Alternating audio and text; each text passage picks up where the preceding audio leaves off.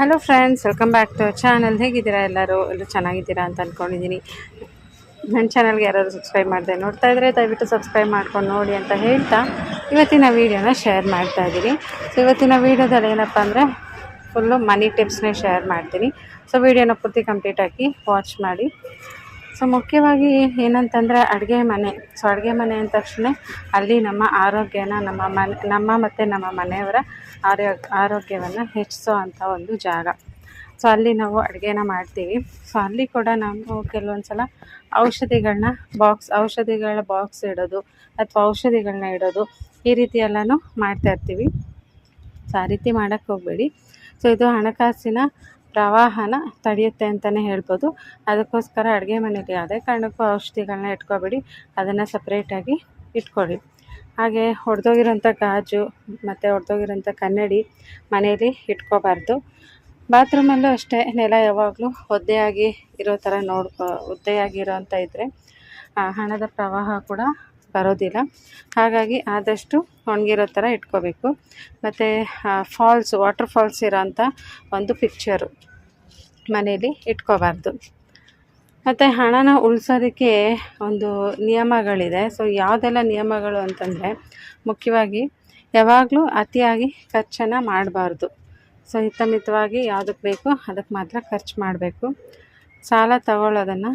ಸಾಲ ತಗೊಳ್ಳೋದ್ರಿಂದ ತಪ್ಪಿಸ್ಕೋಬೇಕು. ಸೊ ಆದಷ್ಟು ಸಾಲನ ಮಾಡದೇ ಇರೋಂಥದ್ದು ತುಂಬಾ ಒಳ್ಳೆಯದು. ಯಾಕಂದರೆ ಇವಾಗ ಸಾಲ ತೊಗೊಬಿಡ್ತೀವಿ, ಸಾಲ ತೊಗೊಂಡಾದ್ಮೇಲೆ ಅದನ್ನು ತೀರ್ಸೋದಿದೆಯಲ್ಲ ತುಂಬ ದೊಡ್ಡ ಕಷ್ಟ.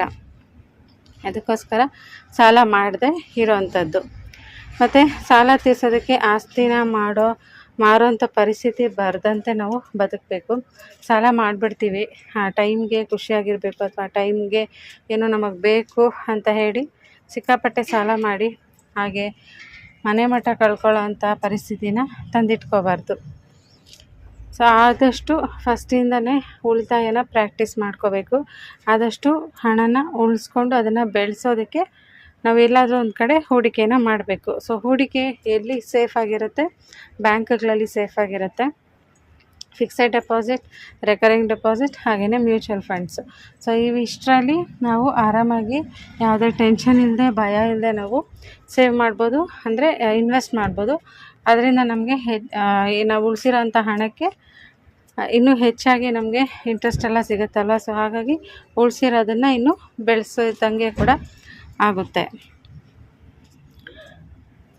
ಸೊ ಆದಷ್ಟು ಏನಂದರೆ ರಾಯಲ್ ಲೈಫ್ ಕೆಲವ್ರಿಗೆ ಅದಿಷ್ಟ. ಸಾಲ ಮಾಡಿ ಆದರೂ ತುಪ್ಪ ತಿನ್ನು ಅಂತ ಕೆಲವರು ಆ ಥರ ಇರ್ತಾರಲ್ವ. ಸೊ ಸಾಲ ಮಾಡಿ ಆದರೂ ನಾವು ತುಪ್ಪ ತಿನ್ನಬೇಕು ಅಂತ ಕೆಲವರು ಅನ್ಕೋತಾ ಇರ್ತಾರೆ. ಹಾಗಾಗಿ ತುಂಬ ಐಷಾರಾಮಿ ಜೀವನ ಮಾಡಬೇಕು, ನಾವು ರಿಚ್ಚಾಗಿ ಕಾಣಿಸ್ಕೋಬೇಕು ಎಲ್ಲರ ಮುಂದೆ ಅಂತ ಹೇಳಿಬಿಟ್ಟು ಕೆಲವ್ರಿಗೆ ಅದು ಅಭ್ಯಾಸ ಇದೆ. ಯಾವ್ದಾದ್ರು ಫಂಕ್ಷನ್ಗೆ ಹೋಗಬೇಕು ಅಂತಂದರೆ ನಾವು ರಿಚ್ಚಾಗಿ ಕಾಣಿಸ್ಬೇಕು ಎಲ್ಲರಿಗಿಂತ ಅಂತ ಹೇಳಿ ಫಂಕ್ಷನ್ಗೆ ಹೋಗೋದಕ್ಕೆಲ್ಲನೂ ಹೊಸ್ದಾಗಿಯೇ ಎಲ್ಲ ಬಟ್ಟೆಗಳನ್ನ ತೊಗೋಬೇಕು, ಹೊಸ ಚಪ್ಪಲಿ ತೊಗೋಬೇಕು, ಎಲ್ಲ ಹೊಸದೇ ಇರಬೇಕು ಅಂತೆಲ್ಲ ಹೇಳಿ ತುಂಬಾ ಅದನ್ನು ಅಪೇಕ್ಷೆ ಮಾಡ್ತಾಯಿರ್ತಾರೆ. ಅದಕ್ಕೋಸ್ಕರ ಸಾಲ ಕೂಡ ಮಾಡ್ತಾರೆ.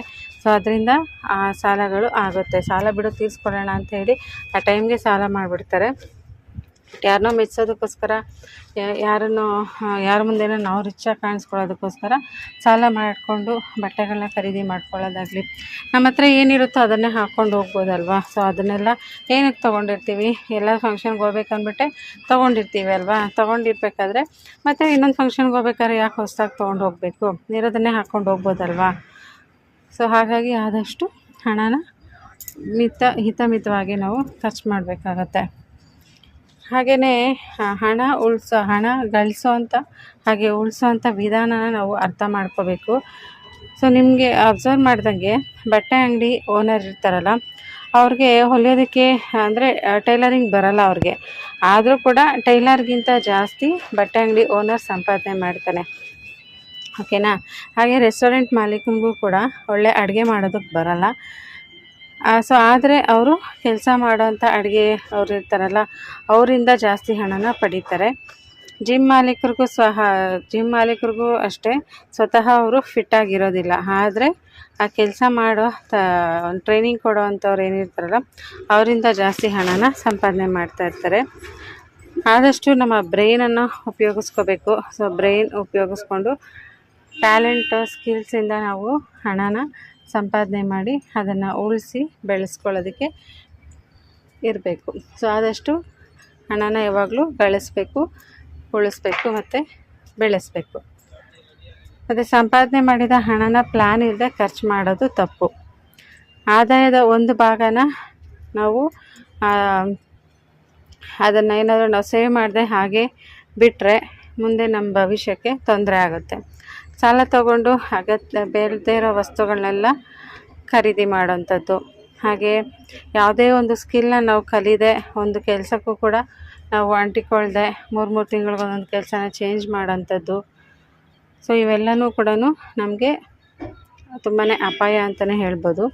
ಇನ್ವೆಸ್ಟ್ಮೆಂಟ್ ಮಾಡೋದು ಮೊದಲು ಸರಿಯಾಗಿ ರಿಸರ್ಚ್ ಮಾಡದೆ ಹೋಗುವಂಥದ್ದು. ಸೊ ಯಾವುದರಲ್ಲಿ ನಾವು ಇನ್ವೆಸ್ಟ್ ಮಾಡ್ತೀವಿ ಅಂದರೆ ಅದ್ರ ಬಗ್ಗೆ ನಾವು ಸಂಪೂರ್ಣವಾಗಿ ತಿಳ್ಕೊಂಡು ಆಮೇಲೆ ನಾವು ಅದರಲ್ಲಿ ಇನ್ವೆಸ್ಟ್ ಮಾಡಬೇಕಾಗುತ್ತೆ.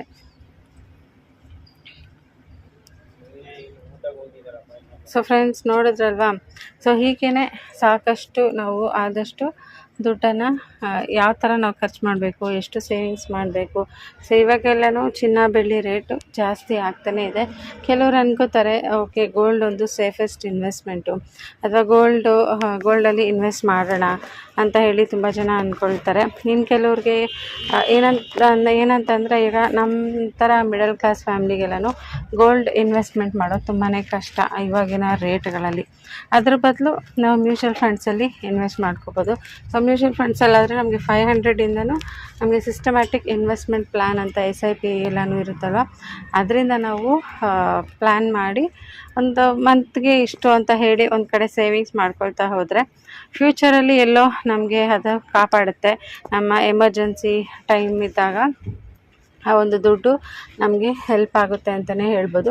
ಯಾಕಂದರೆ ನಮ್ಮ ಹತ್ರ ₹1 ಇಲ್ಲಾಂದರೆ ಯಾರೂ ಬಂದು ಕೊಡೋಲ್ಲ ಅಲ್ವಾ.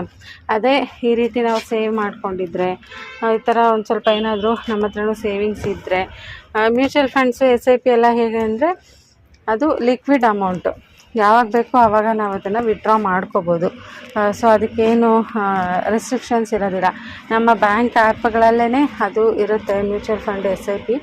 ಅದರಲ್ಲೇ ನಾವು ಮಂತ್ಲಿ ಇಷ್ಟಂತ ಪೇ ಮಾಡ್ಕೊಂಡು ಹೋಗೋದ್ರಿಂದ ಅದರಲ್ಲಿ ಇಂಟ್ರೆಸ್ಟ್ ಕೂಡ ನಮಗೆ ಬರುತ್ತೆ. ಮಂತ್ಲಿ ಜಾಸ್ತಿ ಇಂಟ್ರೆಸ್ಟೇ ಇರುತ್ತೆ ಅದರಲ್ಲಿ. ಅದ್ರ ಜೊತೆಗೆ ನಮ್ಗೆ ಯಾವಾಗ ಬೇಕೋ ಎಮರ್ಜೆನ್ಸಿ ಫಂಡ್ ಅಂತ ಹೇಳಿ ಅದನ್ನು ನಾವು ಯೂಸ್ ಕೂಡ ಮಾಡ್ಕೊಬೋದು. ಸೊ ಇದರಲ್ಲಿ ಯಾವುದೇ ಥರ ನಮಗೆ ಟೆನ್ಷನ್ ಇರೋಲ್ಲ, ರಿಸ್ಕ್ ಇರೋದಿಲ್ಲ. ಸೊ ಇದು ಯಾವುದು ನಮಗೆ ಗೊತ್ತಿಲ್ಲ, ಮ್ಯೂಚುವಲ್ ಫಂಡ್ಸ್ SIP ನಮಗೆ ಬರೋಲ್ಲ ಅನ್ನೋರು ಆದಷ್ಟು ಓಲ್ಡ್ ಟ್ರೆಡಿಷನ್ ಮೆಥಡೇ ಆಗಿರ್ಬೋದು, ಫಿಕ್ಸೆಡ್ ಡೆಪಾಸಿಟು, RD ಇವೆಲ್ಲನೂ ಒಂದೊಳ್ಳೆ ಬೆಸ್ಟ್ ಮೆಥಡೇ. ಸೊ ಇದರಲ್ಲಿ ನಾವು ಸೇವಿಂಗ್ಸ್ ಮಾಡ್ಕೊಳ್ತಾ ಹೋಗ್ಬೋದು. ಇಲ್ಲ ನಾವು ಇನ್ನೂ ಚೆನ್ನಾಗಿ ಕಾಣಬೇಕು ಅಂತ ಏನಾದರೂ ಅಂದ್ಕೊಂಡಿದ್ರೆ, ನೀವೇನಾದರೂ ಒಡವೆಗಳಲ್ಲೆಲ್ಲ ಇನ್ವೆಸ್ಟ್ ಮಾಡಬೇಕು ಅಂತ ಅಂದ್ಕೊಂಡಿದ್ರೆ ಗೋಲ್ಡ್ ಮೇಲೆ ಕೂಡ ನೀವು ಇನ್ವೆಸ್ಟ್ ಮಾಡ್ಬೋದು. ಸೊ ಇವಾಗೆಲ್ಲನೂ ಜಾಸ್ತಿ ಡಿಮ್ಯಾಂಡ್ ಹೋಗ್ತಾ ಇರೋದು ಸಿಲ್ವರ್ಗೆ, ಸೊ ಬೆಳ್ಳಿಗೆ. ಸೊ ಬೆಳ್ಳಿಯಲ್ಲಿ ಇನ್ವೆಸ್ಟ್ ಮಾಡಿದ್ರೆ ತುಂಬಾ ಲಾಭ ಬರುತ್ತೆ ಅಂತ ಹೇಳ್ತಾರೆ. ಯಾಕಂದರೆ ಎಲ್ಲದಕ್ಕೂ ಜಾಸ್ತಿ ಬೆಳ್ಳಿನ ಯೂಸ್ ಮಾಡೋದ್ರಿಂದ ಮುಂದೆ ಅದಕ್ಕೆ ಡಿಮ್ಯಾಂಡ್ ಕ್ರಿಯೇಟ್ ಆಗುತ್ತೆ. ಆವಾಗ ಬೆಳ್ಳಿ ಬೆಲೆ ಕೂಡ ಜಾಸ್ತಿ ಆಗುತ್ತೆ ಅಂತ ಹೇಳ್ತಾರೆ. ಸೊ ಹಾಗಾಗಿ ಸಿಲ್ವರ್ ಮೇಲೆ ಕೂಡ ನಾವು ಇನ್ವೆಸ್ಟ್ ಮಾಡೋದು. ಯಾಕಂದರೆ ಸಿಲ್ವರ್ ಈಗ 1 ಗ್ರಾಮ್ಗೆ 150 ರೂಪೀಸ್ ಇದೆ ಅಲ್ವಾ. ಮೊನ್ನೆ ಎಲ್ಲನೂ ಹತ್ತತ್ರ 200ವರೆಗೂ ಹೋಗಿತ್ತು, 198 196ವರೆಗೂ ಹೋಗಿತ್ತು 1 ಗ್ರಾಮ್ಗೆ. ಸೊ ಆ ಟೈಮಲ್ಲೆಲ್ಲ ತುಂಬಾ ಕಷ್ಟ ಆಗೋದು ತೊಗೊಳಕ್ಕೆ. ಬಟ್ ಇವಾಗ ಒಂದು ಸ್ವಲ್ಪ ಕಡಿಮೆ ಆಗಿದೆ, 150 ಆಗಿದೆ. ಬಟ್ ಇನ್ನೂ ಅದು ರೇಟ್ ಜಾಸ್ತಿ ಆಗೋ ಚಾನ್ಸಸ್ ಇರುತ್ತೆ. ಅದಕ್ಕೆ ಇವಾಗೇ ಒಂದು ಸ್ವಲ್ಪ ತೆಗೆದಿಟ್ಕೊಂಡ್ಬಿಟ್ರೆ ಫ್ಯೂಚರಲ್ಲಿ ನಮಗದು ಯೂಸ್ ಆಗುತ್ತೆ. ಅದು ನಮ್ಮ ಮನೆಗೆ ಒಂದು ವಸ್ತುನೂ ಖರೀದಿ ಮಾಡ್ದಂಗೆ ಆಗುತ್ತೆ. ಹಾಗೆಯೇ ಅದ್ರ ಜೊತೆಗೆ ನಮ್ಮ ಸೇವಿಂಗ್ಸ್ ಕೂಡ ಅದರಿಂದ ಆಗುತ್ತೆ. ಹಾಗಾಗಿ ಇವೆಲ್ಲನೂ ನಾವು ಫಾಲೋ ಮಾಡೋದ್ರಿಂದ ನಮ್ಮ ಫೈನಾನ್ಷಿಯಲ್ ಹೆಲ್ತ್ ಅನ್ನೋದು ತುಂಬಾ ಚೆನ್ನಾಗಿರುತ್ತೆ ಅಂತ ಹೇಳ್ತಾ ಇವತ್ತಿನ ವಿಡಿಯೋ ಇಲ್ಲೇ ಎಂಡ್ ಮಾಡ್ತಾಯಿದ್ದೀನಿ. Thank you so much for watching.